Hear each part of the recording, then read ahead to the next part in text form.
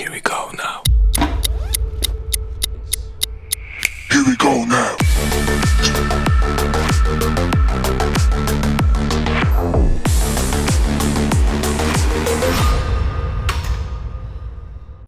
Olá, galera do canal. Meu nome é Ana Paula, para quem não me conhece, sou coordenadora da Academia Overall e treinadora.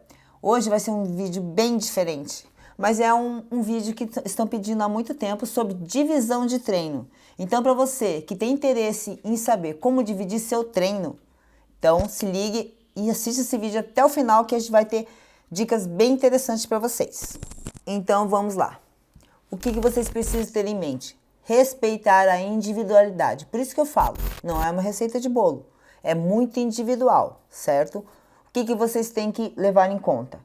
Vocês têm que ir de acordo com o objetivo. Qual é o seu objetivo, certo? O seu nível de treinamento. As características morfológicas. O que é isso?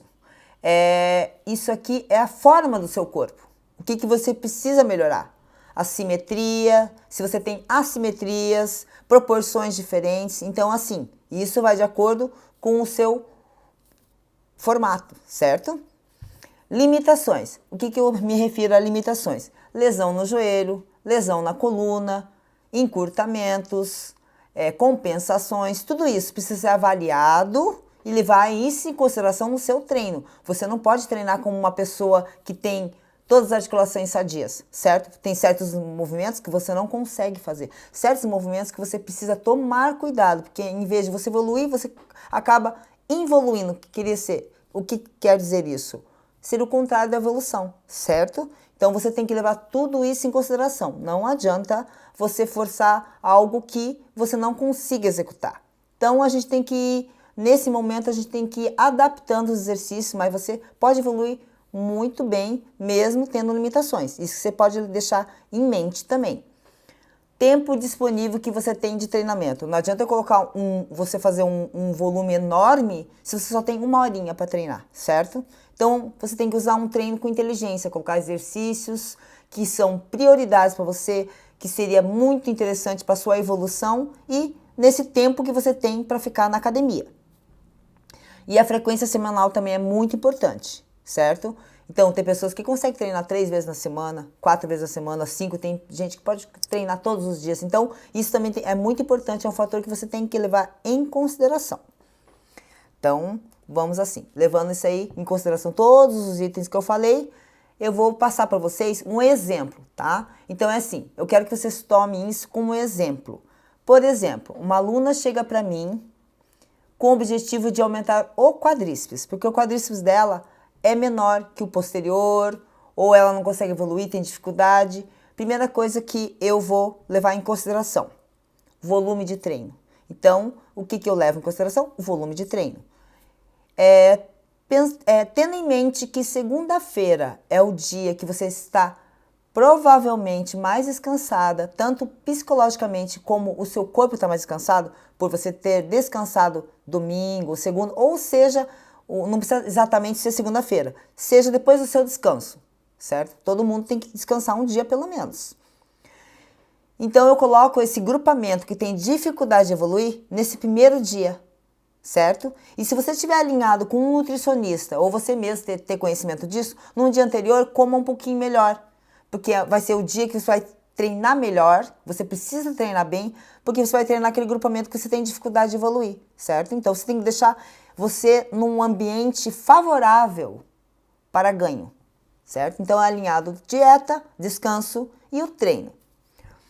Então vamos tomar em conta que, vamos tomar como exemplo uma menina que quer melhorar o quadríceps. Eu coloco o quadríceps na segunda-feira com estímulo em glúteo, porque eu sempre divido assim, pensando num avançado, ok? Então assim, ela vai treinar quadríceps com estímulo em glúteo na segunda. Na quarta-feira seria o treino de glúteo. E como que eu faço? Para a pessoa que quer evoluir o quadríceps, eu coloco um estímulo no final do treino de glúteo de quadríceps. Então você usa a cadeira como estímulo de quadríceps, porque ele trabalha isoladamente o quadríceps e trabalha o quadríceps como um todo, inclusive o reto femoral, que não é trabalhado em muitos exercícios multiarticulares. Então, ela faz 5, 6, 7 séries. de estímulo, certo? E vai ter a falha em todas as séries.